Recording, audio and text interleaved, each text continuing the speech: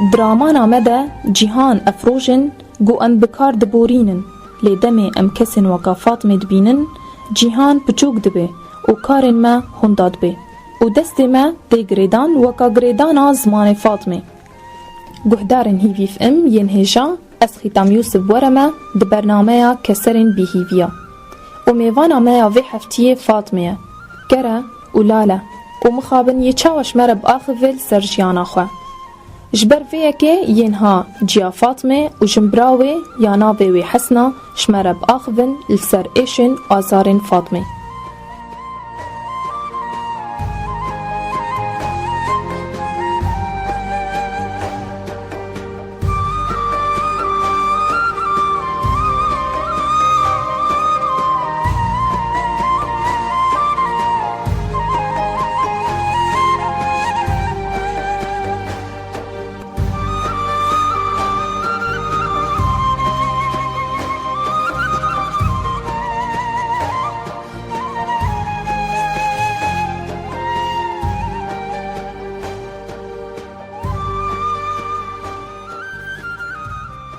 نحن من حلب مشاكل عنا وتعرف انت يعني صارت هالمشاكل.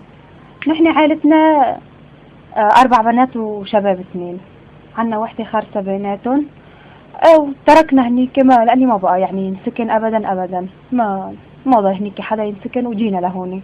البنت الخرصة الله يساعدها ما بتسمع ما بتحكي، يعني اذا بتضلي بتأثري لا بتحكي منها لبكره ما من صغرها ما بتسمع. ما من كانت صغيرة يعني بتلاقي اللي من عمرها يعني تحسي بس سمعوا صوت شيء يعني بسووا هي ما من صغرها كانت هيك ما بتسمع. الله يساعدها ما بتفهم معلش بالسمع ما بتسمع، بالتأشير دغري يعني تفهم ايش بدك منها.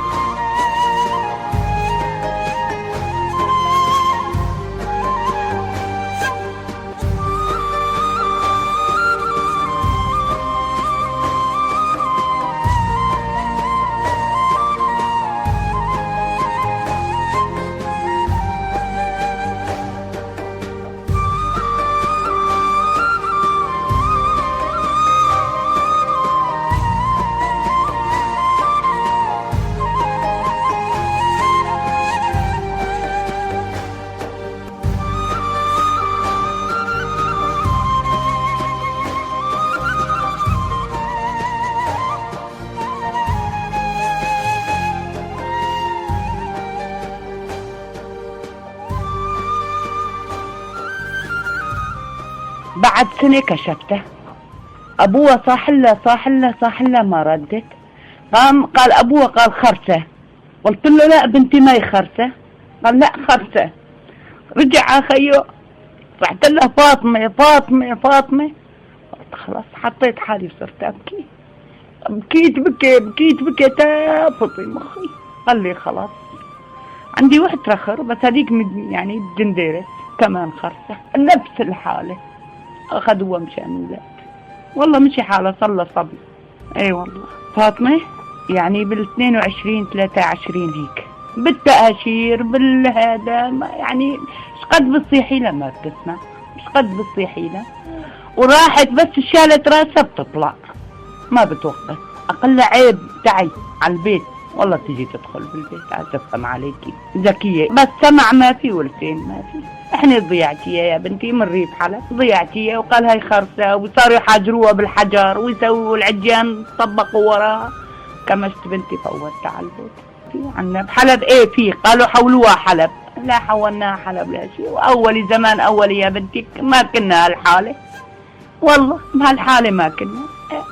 قربان اسمه جينا لهون على ديريك انا بوجهها بقول لها هيك انا اوجهها دي تكبرت والله حمست قلبي تكبرت. ومن كبرت بقى دشرتها صارت بنت هيك والله بنت 22 سنة ما هي صغيرة الحمد لله على عطاء ورضا. الحمد لله على عطاء ورضا يا بنتي. معاملة الخلق كويسة، بس يوم أنا بتطلع تروح على الدكان العجيان بحجروها بالحجر وسووا لها هيك وهذا، ارجع اجيبها قل لها تعي ارجعي. بتجي على البيت. ابوها وتعرف شلون تعامل مع الوضع؟ كان شوفي يعني ما كان يبرك بالبيت، انا اتعامل معه. ابوها زعل الا ما زعل يا بنتي، قال اول وحده يرضينا بالثانيه كمان. والله زعل ابوها، لا عشيرتنا ولا شيء، ما في بنتي الا انا صار. قالوا ولاد عم، ماخذين ولاد عم، هيك صار. والله ولا حللت ولا سويت ولا عملت، عفت على الله وتركت. ايش ده اسوي؟ قالوا ولاد عم، اخيته دمك ودمه طبق، قالوا عمومية، هيك عم قولوا ما بعرف. وابوه اتجوز وراح وضلينا انا، والله هيك. ابوه اتجوز وراح وبرك هو وولاده وهو ومرته. اخيته اولادي كمان اتجوزوا كمان طلعوا. اخيته ضلينا انا والبنت 9 اشهر احنا هون. منظمات اخيته كل 5 اشهر يطلع لنا مرة بس، والله كل 5 اشهر كل 6 اشهر يطلع لنا مرة، يعني كل شهر وهيك يعني مداومين. لا اخوته بيعطوني بيسووني بعين حالي، ايش بدي اسوي؟ واهل الحلال اهل هذا كمان والله بالطريقة اخيته، هذا بيعطيه 1000 هذا بيعطيه 2000 هذا ايه والله بيعطوه اهل الخير كثير. والله هون الحارة هون بيعطوها. بدها علاج بدها 2,000,000 يا بنتي، ما بعرف تاخذيها على اين الدولة. ما عندي بدها 2,000,000، منين انا بدي اجيب اخذها ياخذوها؟ في امل ايه، قال بس بدك تاخذوها على غير دولة. ما عندي بدها 2,000,000 ونص بدها، انا ما عندي، منين بدي اجيب؟ بدون بخاف منها من السيارات، تمشي بالجادة بخاف منها من السيارات، ما بتسمع. اقلها اسحب كتفها احطها على الرصيف، اقلها لا انت ما بتسمعي، بتقول لي ايه بزت حالها على الرصيف. بخاف عليها من الجب، بخاف عليها من سيارة، بخاف عليها دوم، يعني واحدة بالبيت دوم خايفة عليها، دوم خايفة عليها. كهربتك مشى شيبتك مشى دوم بالي عندها، ما بدها الشراء، دوم بالي عندها. اقول لك الله يساعدها، بس الادم يشوف، بس سمع ما في ولسان ما في، حشاكي منها مثل الحيوانات الوطية بالبيت.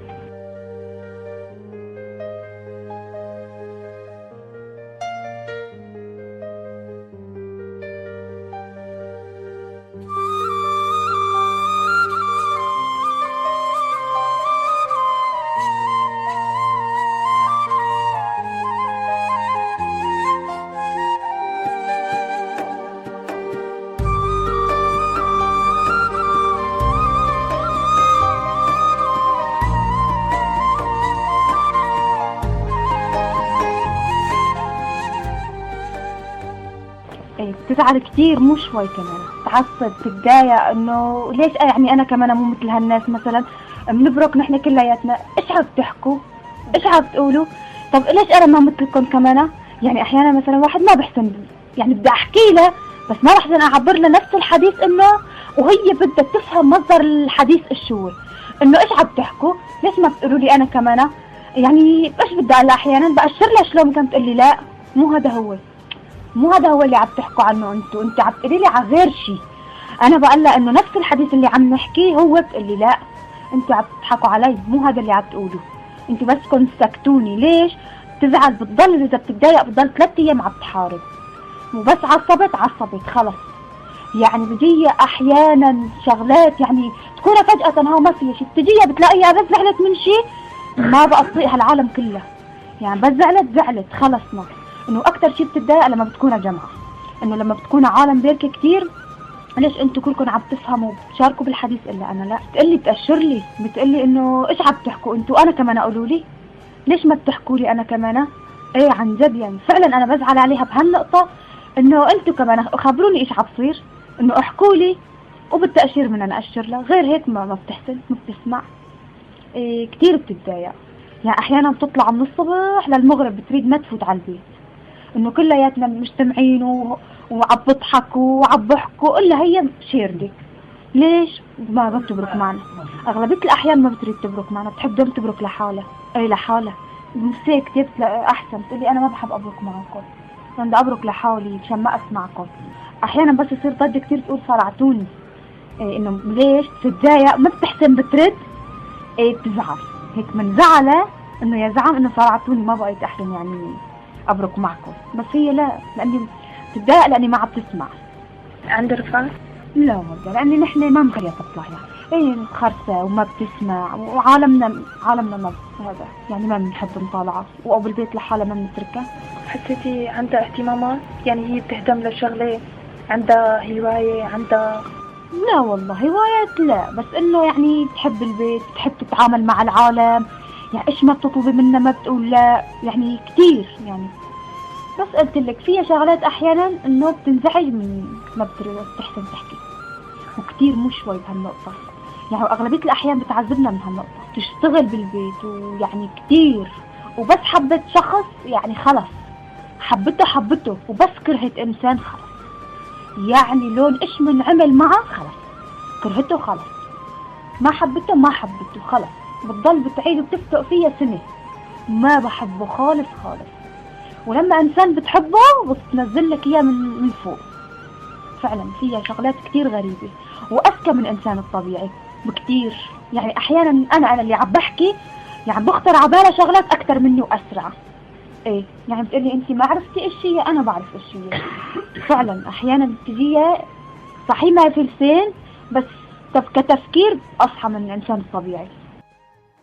دغري، واحيانا كنا بحديث يعني ولو ما سمعت مثلا احيانا بتلقطه بتجيبه، بتقول انتوا عم تحكوا بهالحديث ما من هالنقطة عرفناها انه يعني ذكية زيادة عن اللزوم، لاني ما بتسمع هي يعني عم تقرا من شفايفنا، عم تقرا انه انتوا عم تحكوا على فلان مزبوط، وفعلا بكونوا انه نفس الحديث انه هذا اللي عم نحكي عنه وبهالموضوع، مجرد انه بس هيك تأشيرتين ثلاثة قدامها بتفهم معنى الحديث كله، انه من هالنقطة بتحسيها انه ذكية زيادة اكثر من الانسان الطبيعي.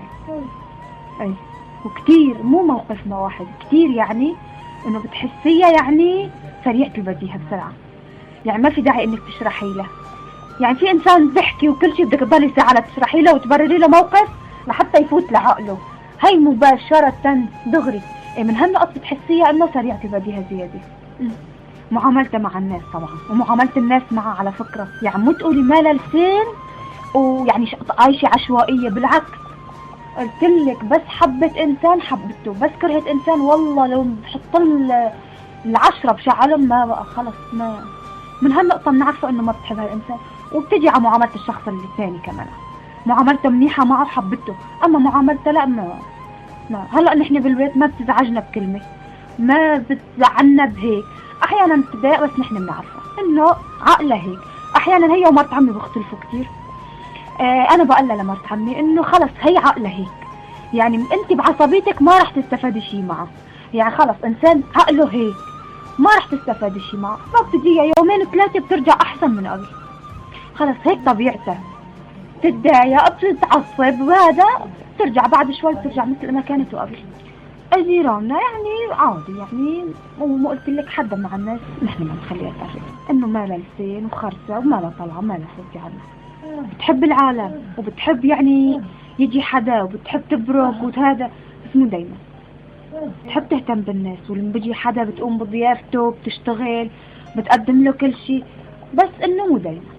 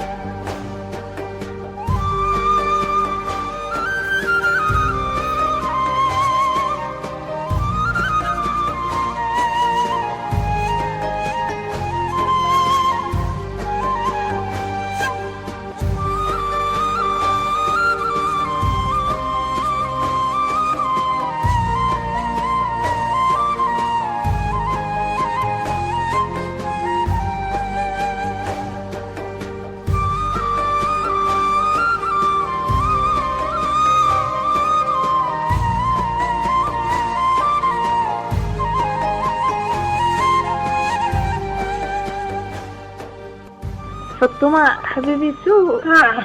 أبا أنا من بطل من أنا ياما هي عم تعد اسماء اخوتها.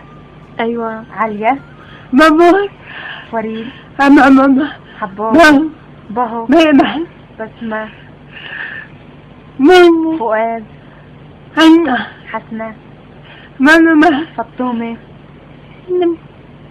هيك بعض كلمات يعني، بس هيك. عبد الاختي الثانية الخارسة كمان. ماما هاي قال ما بتعرف اشي، اشارتها بس هيك قال حلوة. هي جارتكم الحلوة نوروز. جارتنا بنقول لها ايش اسمها بتقول لي هاي الحلوة. أيوة. يعني بس عملت هيك مثلا أثرت على الوش ما عرفت إنه هي نوروز. هاي الحلوة. داي حبيبي فطوم. فطومة خلي ما بس. قال انا بحب المحشي اكل. فيش بالك قال بحبه كمان. أيوة. ملوخية ورز. قال جاتو كمان طيب. أيوة. شلون تفهمي على الإشارات؟ انا تعودت، صار لي 6 سنين عايشة معه. انا فهمت عليه وكنا انا وياها لحالنا يعني اغلبية وقتي كنت معها انا. مرت عمي تطلع وانا وياها نضل بالبيت لحالنا. وهلا ما بتفهم على حدا غير انا. مش قد ما بركت الا انا لحتى اشرح لانه لحتى، وبحس اكثر من الكبيرة يعني بتوضح لي اكثر يعني حتى بالاشارة لما بتفصح لي بلاقي اهون. وفطوم شو كمان بتحبي أكلات؟ قال بحب الكبة كمان.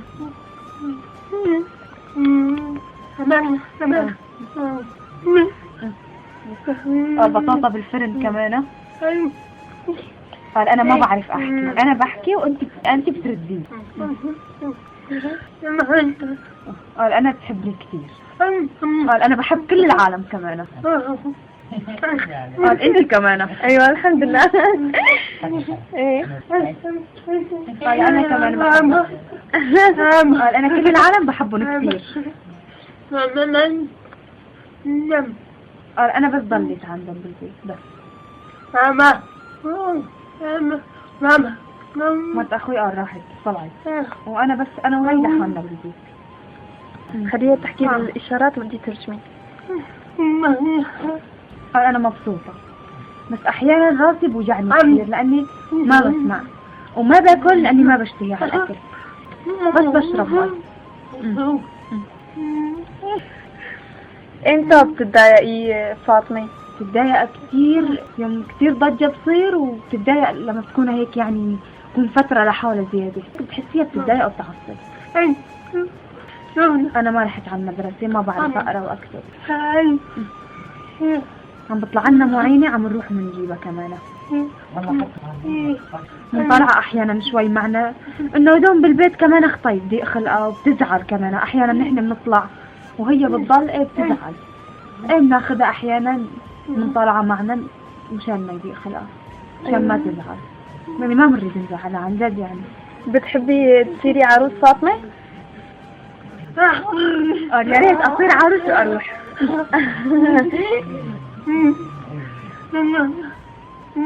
قال يا ريت اصير عروس انا كمان واخلص وارتاح اروح. لوين بدك تروحي؟ بتروح عند العريس. ايوه عند العريس وتتركي الماما؟ قال اروح واخلص منه بس روح. قال اختي اشتقت لها، صار سنة ماني شايفتها. خواتي 3 كان صار زمان انا ما شفتهم اشتقت لهم بدي اشوفهم. كل 3-4 ايام بتفطن بتضل بتبكي شي ساعة بعد بترجع بتنسى، بترجع بتعيد نفس النهار 3-4 ايام ثانيات بترجع بتفطن وما بتنسى، بتضل بتعيد وبتفسق بالسيرة وما بتنساها، بتضل فيها تحب تطلع، تحب هيك مناسبات تحب تطلع. تقول انا بحب يعني هيك طلعات اروح اشوف اتفرج على عراس بتحب. قال انا بحبكم لاني بتاخذوني يعني بتحبوا اطلع يعني بتطالعوني كمان. بس احيانا شوي راسي بوجعني بدي خلقي بس ما في شيء. مين بيطلعك مشاوير؟ انا لحالي قال ما بطلع، انا ونسوان اخوتي بنطلع وامي معنا. لحالي انا ما بستجري اطلع. قال انا بخاف بالليل اطلع كمان، انا ما بستجري.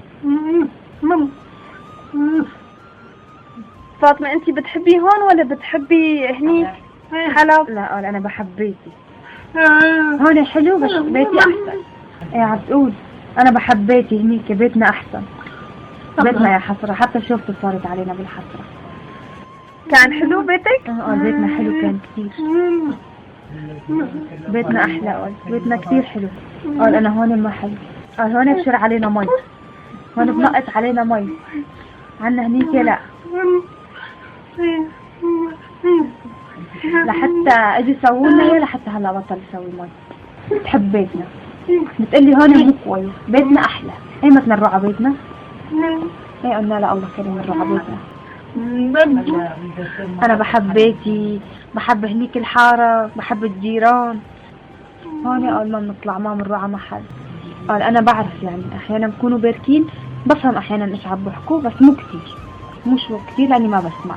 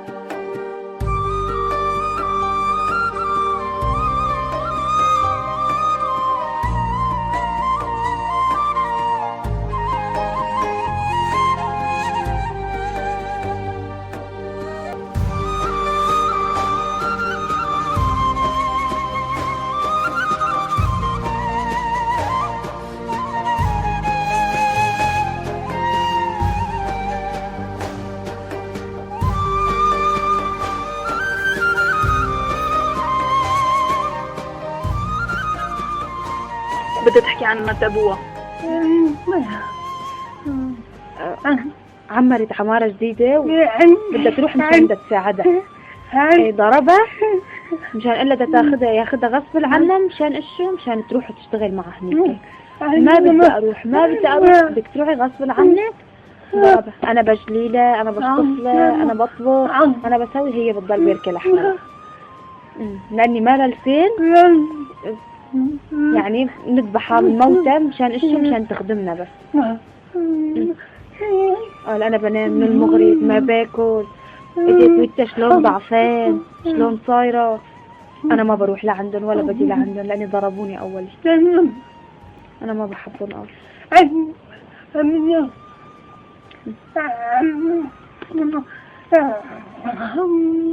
نحن بنطبخ بنسوي وهي بتقول لها قومي غصب عنك، يلا بدك تقومي تشتغلي يلا. أنا ما بحب أقول.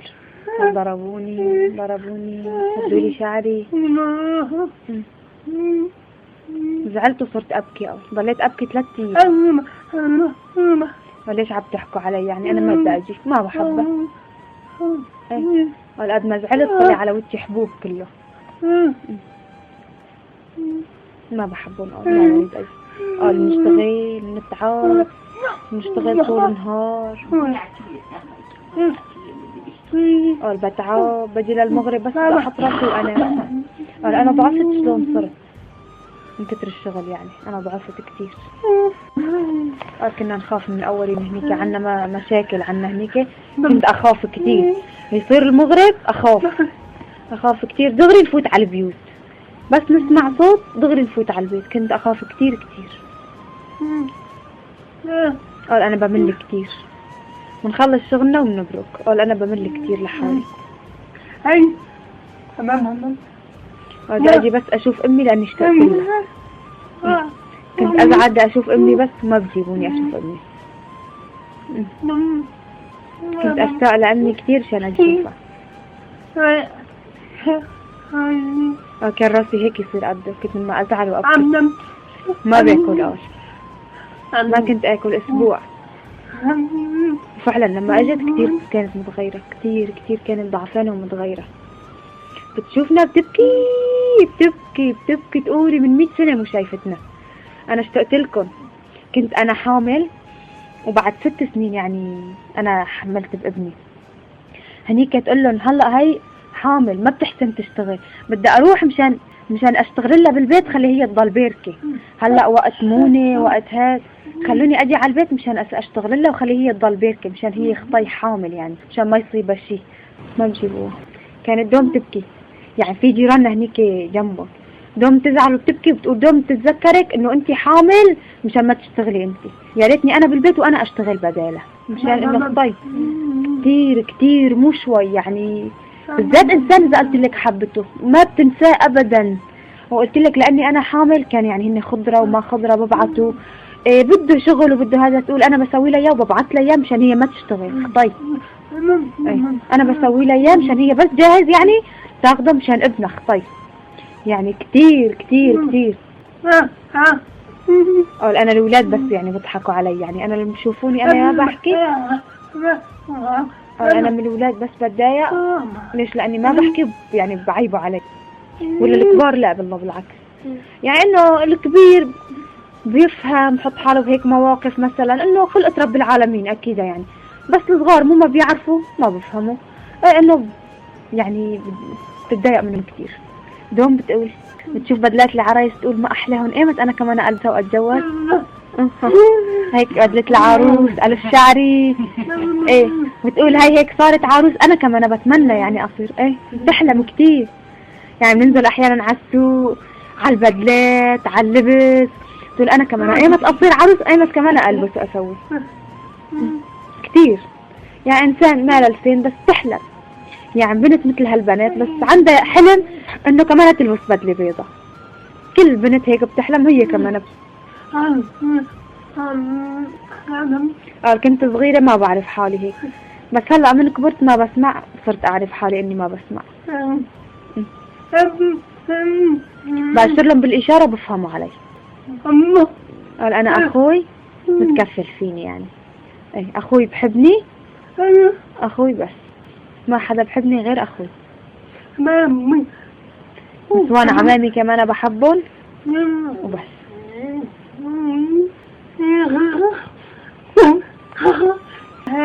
يعطيكم الف عافية. قول يعطيكي الف عافية. هي هيك عم تقول. حبيتينا فاطمة؟ ولا ايه؟ ولا كتير.